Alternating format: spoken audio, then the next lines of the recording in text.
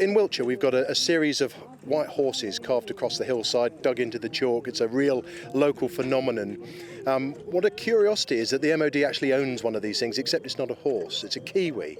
The reasons for that being quite obvious, I hope, is that the New Zealand Army was here in the First World War, and in 1919, as a reason of keeping the military occupied before they were taken back to New Zealand, their education department, under a Sergeant Major Blencairn, got a lot of soldiers to cut a side of the hillside into the shape of a Kiwi, and you could see it from their old barracks at Sling Camp. So the last time we did this, I think, was probably back in 2018. It's been quite a while before we've managed to get it. So in other words, it was in need of a haircut.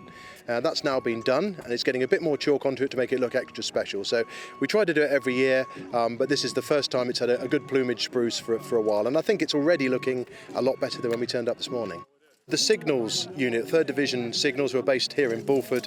They've been one of the real custodians, and this year it's fallen to the Gurkhas, 249 Signal Squadron, the Gurkhas, who are based here, and they are putting all their endeavours into this. Whether or not they'd be doing physical exercise or cleaning the vehicles, I don't know whether this is a good fatigue for them, but they've been fantastic. So we've all had a Gurkha curry, we've been treated to a kukri dance, and now they're working away on the plumage. So their support has been brilliant, as it always is with the Army.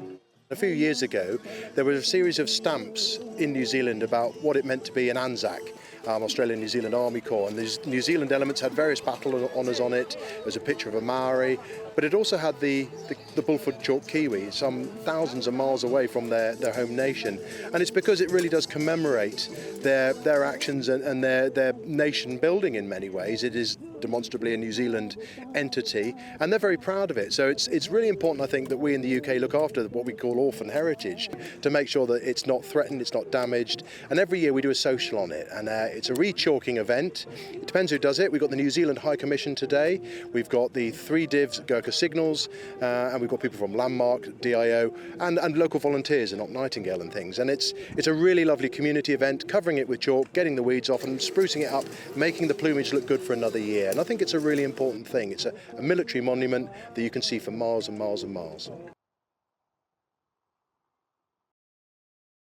If you enjoyed this video, don't forget to like and subscribe to our channel.